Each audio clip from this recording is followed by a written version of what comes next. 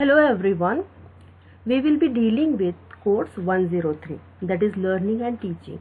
This course is incorporated by Savitribai Phule Pune University in B.Ed first year syllabus. In today's video, we'll see in detail about introduction of course, concept of learning, definition and meaning of learning. Learning is a process, not a product. The goals in learning, different levels of learning, types of learning, difference between formal, informal and non-formal learning. Actually, the course learning and teaching has been conceptualized on the basic premise that learning and teaching should be viewed holistically. This course attempts to facilitate student teachers to understand learning and teaching as a process which works for construction of knowledge. Psychological and socio-cultural perspectives of learning will be discussed in this course. Various theoretical constructs of learning which will help you to identify the appropriate learning strategies for facilitating construction of knowledge. This course will help you in analyzing the complex nature of teaching learning process and understanding various dimensions of teaching learning process. This course will explain the role of a teacher as a professional as well as a facilitator for learning. Let's see the introduction of learning. Is it important to know about the meaning of learning in education? Yes, it is important for a student teacher to know about learning's concept and meaning because teaching is not complete without learning. Teaching and learning complement each other. A teacher must know about how learner learns, and this is the reason teacher gains knowledge about the concept and meaning of learning in education. Learning without reflection is a waste. Reflection without learning is very dangerous. Learning to read, learning to ride a bicycle, to use a computer, to play a guitar, etc. These are some examples of learning. Each one of us learns something intentionally or accidentally. Every moment you learn something because of the varied experiences you have in your life. In the educational process, the central idea is child's learning. The child starts to learn right from his birth and goes on learning throughout his life. An infant is quite helpless at the birth, but slowly he or she learns to adapt himself or herself to the environment around him or her. Best example is that a child approaches a burning matchstick. The child burns his hand and withdraws himself away from the burning matchstick. The child learns to avoid not only the burning matchstick but also all burning things. When this happens to the child has learned that if one touches a flame, one gets burnt. In this way, the change in the behavior of an individual occurs through direct or indirect experiences. The changes in the behavior brought about by experiences is called learning. This is very simple explanation of learning. Let's move toward the concept of learning. Learning is a natural phenomenon which is natural to all organisms including both humans and animals. Learning affects child development and the child learns new habits only through the process of learning and through imitated tradition and customs. Intellectual skills are also developed through learning. The decision of right and wrong, the concept of justice, etc. are developed through learning itself. The process of learning is a continuous throughout the life. Learning is the base of maturation. Learning affects our language, custom and traditions, attitude and beliefs, personalities and our goals. In fact, it would not be wrong to say that learning affects all aspects of our life. Learning is a key concept of psychology. Learning phenomenon is very important for the development of human beings. Various psychologists have explained learning from a different point of view. Learning is nothing but the modification of behavior as a result of experiences. The child brings changes in his behavior after gaining experience from the environment. Everything a learner does or think can be called learning. Learning is a relatively permanent change in behavior of the learner. It even brings changes in the personality traits of the learner. Let's see definition of learning. Various psychologists and educationists have defined the concept and meaning of learning in their own ways. According to Crow and Crow, learning is the acquisition of habit, knowledge and attitudes. It involves new ways of doing things in order to overcome obstacles or to adjust new situations. It enables the person to satisfy interest to certain goals. So, according to Crow and Crow, learning is nothing but the habits of gaining knowledge and changing in attitude, learning new things, doing new things and overcoming weaknesses and obstacles and adjustment in new situation for achieving desired goals. According to E.R. Hilgert, learning is a relatively permanent change in behavior that occurs as a result of prior experience, but it could be said that change in behavior indicates that learning has taken place and that learning is a change in behavior and acquiring knowledge. So, according to Hilgert, learning is a permanent change in behavior of a learner, as I just gave one example of child touching a burning matchstick and burning his hand. So, the child gets the experience of burning and learn from that situation. So, he or she gets prior experience of burning hands and changes his or her behavior after getting certain experience of this situation.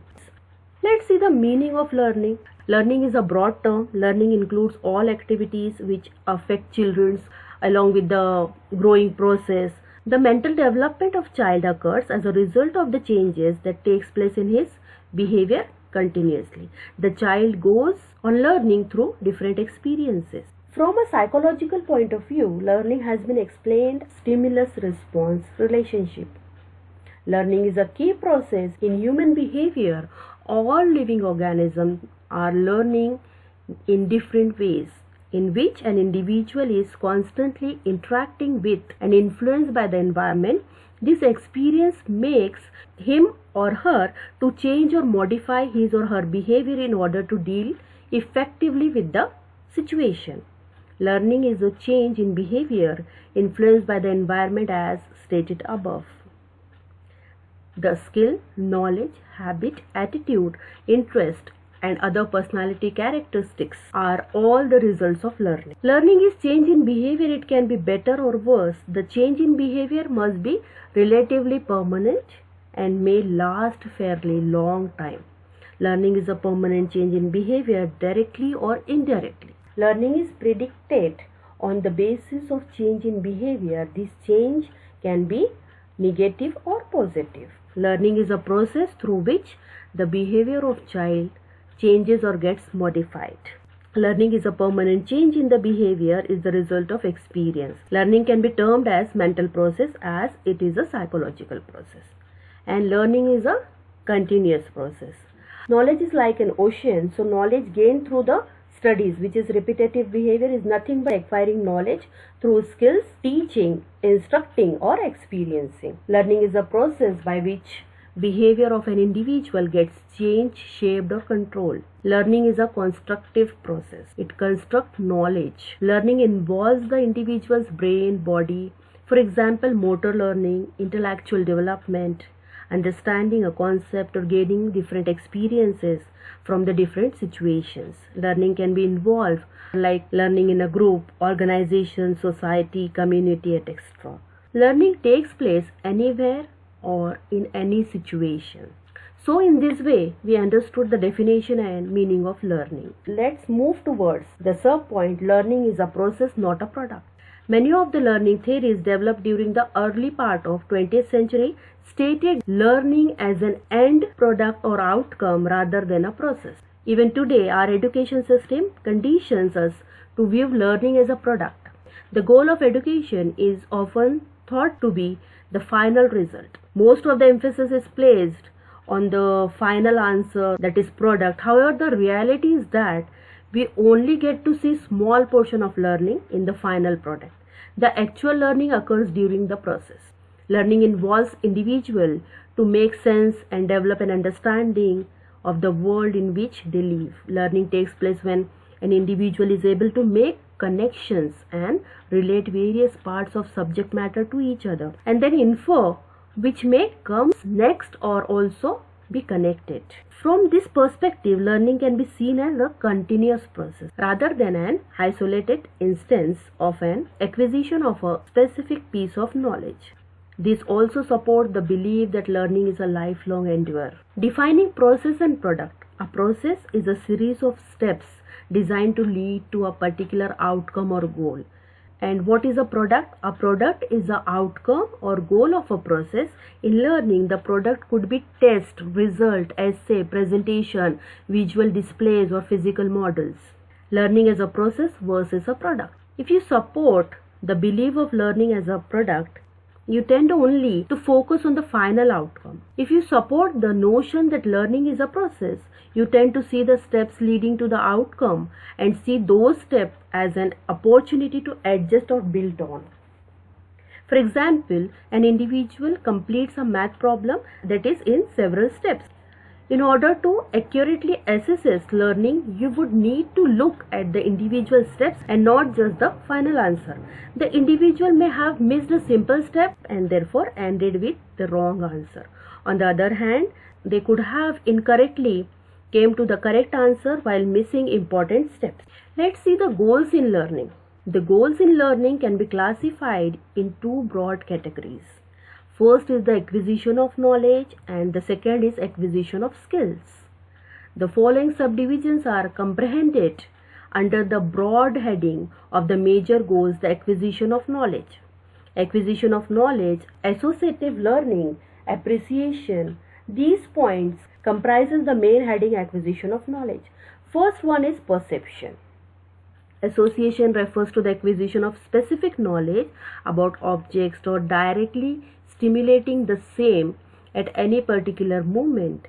And object comes before our sense organs, we get the sensation of it and attach meaning to it. On the basis of our past experience, this is the perception. For example, a girl sees a woman in the past, the woman has fed her. On the basis of that experience, she comprehends that a woman is nurse or mother. This is known as the perception of the woman. The type of learning at perceptual level is known as perceptual learning. Second one is conception. Conception means the acquisition of organized knowledge in the form of concept of general ideas which transcends any particular percept. Percept refers to an individual on a specific situation. Concept is general or universal in its. The child gets the perception of orange, apple, banana, etc. and is able to locate certain general qualities in them. On the basis of these, he or she forms conception of fruits. Next one is associative learning. Associative learning, the response to memory, both as the deliberate recall and recognition past experiences and habit, automatic memory due to association. Associated learning is a fundamental to all other learnings. Next one is appreciation. Appreciation is the acquisition of ideas, attitudes and dispositions characterized by an emotional tone. In our knowledge, this factor is present as the effective or feeling elements. When we talk about an ideas, we are talking about a concept which is colored by appreciation. This means that the ideal is a concept which is attached with some worthwhile values. Under skills are included the sensory motor processes like writing, reading, musical performances, language acquisition in its vocal aspect as a drawing, and the art generally. Learning is not regarded as an active process. It is not considered as process of absorption of knowledge, nor the mere reading of books or listening to lectures is object of reproducing what has been read or heard. True learning is enrichment of experiences. It is because of this view of learning process that today we find an emphasis on activity programs, learning by doing, the project method, self-activities, etc. It is rather than on book learning, learning modification through experiences or the behavior patterns. The individual interacts with the environment. He or she is stimulated by it and respond to it. When he or she responses are modified to experiences and training, we can say that learning has taken place. The learning process in the sense of active learning of modification of behavioral pattern is not simple affair. In human being particularly, it requires training and proper control of factors that condition learning. Let's move towards the levels of learning. There are 5 levels of learning: facts, information, know-how, comprehension and wisdom. First one is fact. The first level of learning, this with the facts, detail of data which results from direct observation and research fact, make up the most basic level of learning. Taken on their own at this level, facts have no direct application, but without facts, you cannot move on the other level of learning. Second one is information. The second level of learning is with the information, observational data in a usable form. The description that information consists of: tell who, what, when, where and how many. With this information, you can begin to make use of that facts. Third one is know-how. Know-how, the focus of the third level of learning is know-how consists of a collection of description in the form of instructions. Know-how is about having the instruction you need to make use of the information you have. With know-how, you derive knowledge from experiences. Fourth one is comprehension. The fourth level of learning deals with the comprehension. Comprehension answer to the questions why. At the comprehension level, a learning composed of explanations. When you understand why, you are better able to use that knowledge you already have. Last one is wisdom. Wisdom is the focus of the fifth and final level of learning. Wisdom is the ability to evaluate, and it incorporates the values. It is essential for the development. Using know-how and comprehension without wisdom can result in action and don't work for overall mission of the organization. So these are 5 levels of learning. Let's see the types of learning. There are 3 types of learning: non-formal learning, formal learning and informal learning. Formal learning is nothing but full-time educational pathway, structured, planned and facilitated. Formal learning takes place in school, universities and colleges. Formal learning comprises diplomas and degrees. About non-formal learning, it is complementary learning activities, structured, planned, facilitated. In non-formal learning, courses, workshops, seminars, trainings are there. It is based on skills and capabilities. In informal learning, it deliberate, self-directed learning, unstructured, spontaneous, self-motivated learning. It takes place anywhere. It focuses on personal development and self-fulfillment. Difference between formal, informal and non-formal learning. Aims of informal learning, no objectives but sudden learning. Aims of formal learning, certificate to get an employment. Aims of non-formal learning, to increase knowledge and enhance skills. Place of informal learning, no definite place as such for informal learning.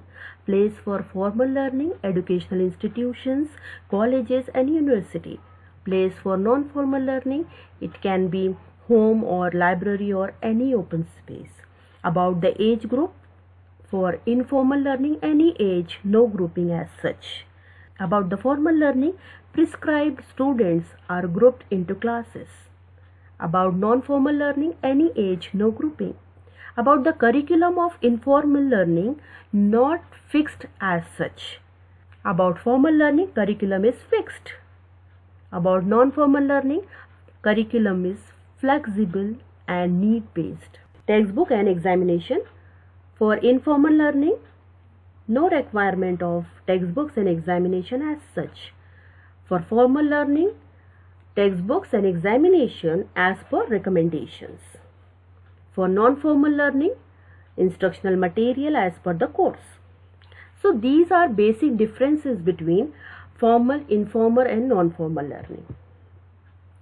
So in this way, we learned about the objective of the course, introduction about the learning, concept and meaning of the learning, definition of learning.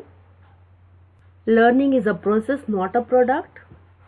Goals in learning, 5 levels of learning, that is fact, information, know-how, comprehension and wisdom. types of learning, that is formal, informal and non-formal learning, and difference between formal, informal and non-formal learning. Thank you one and all.